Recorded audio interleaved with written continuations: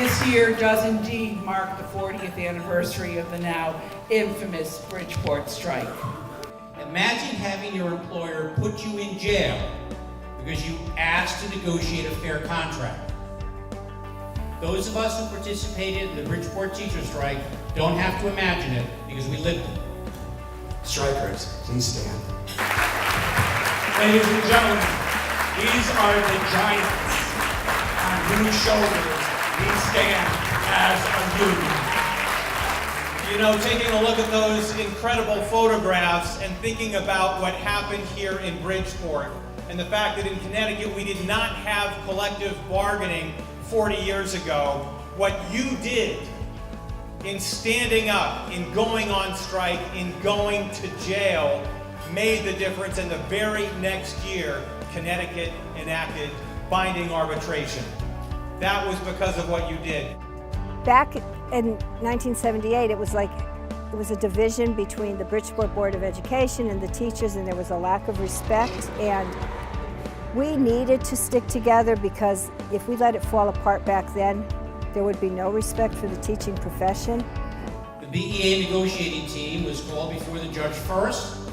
When they refused to return to work, they were found in contempt of court and hauled off to jail. There are many times in the history of this country that people had to violate laws to achieve goals. What bothered them most, I think, about the whole proceeding was that they were not treated like professionals, they were treated like criminals. I remember nervously pacing in the lobby outside the courtroom that first day, anticipating being put in jail because I was a teacher and committing the crime of participating in an effort to be treated as a professional by my employer.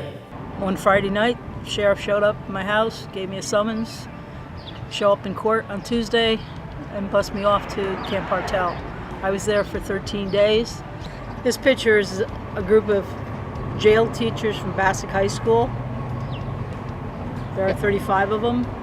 Teachers were, the ones who had not yet been sentenced were lined up to kind of talk to me, and they each came up and said the same thing to me. What they wanted to make sure was that this didn't stop until they got the opportunity to go to jail, to prove their point, to be a part of this movement. I was hired in 1978, and when I got to the school, which was Columbus School at the time, the teachers were on strike. I wanted to make sure that I was doing the right thing, and the people that I spoke to explained it and said that, to get somewhere and to get what we needed to strike. People who were jailed were not just jailed, it didn't just affect a single person, it affected a whole family. It was difficult for my wife because the first time she was alone, I was up there for 13 days. And I remember the strike vividly. I was at home with 3 young kids. We get to Camp Hartel, we had bunk beds, took showers in a large room with no privacy. There were no doors on the stalls in the bathrooms. These were people that were humiliated and inconvenienced and had horrible, demeaning things happen to them for the sake of their students. Yes, they wanted fair salaries, but they also wanted adequate funding, which would benefit the teachers and the students. In 1964, my salary was $2,400. I remember that vividly. And we were expected to do what we were told. My mom was 3 months pregnant with me. And she decided she was going to skip school and go down to Bridgeport and stand along her comrades and fellow teachers in support of the BEA. And then this call came out, come to Camp Hartel, support the Bridgeport teachers, and I went.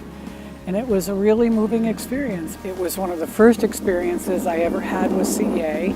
A lot of people who are teaching now aren't aware of what these people actually did, because we have the advantage of having prep periods and pay and collective bargaining and all of that, and they don't know where that came from. They don't realize what was going on back before 1978 and that it had to be fought for. Tonight's event is an important one, that it serves to remind Bridgeport teachers that as challenging as things are right now, they can be and have been worse.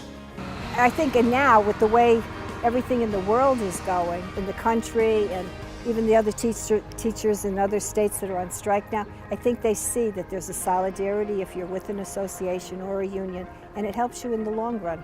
I think everyone should be part of the teachers union. The teachers need all the help that they can possibly get. Together we can make a difference, and we are working for our children, and together it's power. The only way to continue our profession and to do what's best for the students is to be involved in what's going on and to fight for it. It's so important to get those young people aware of what we need and how we need to stick together and fight for our profession. In 1978, Bridgeport teachers stuck together, and binding arbitration was the result of that. If we don't stick together now, all of what they did would be in vain. Those rights would vanish. What education looks like today, which should be better, would look worse. So thank you, Bridgeport. Because of you, here in Connecticut, we proved to the country 40 years ago, and again now, that we will not go away. Go, Bridgeport, go, fight, win, and you did.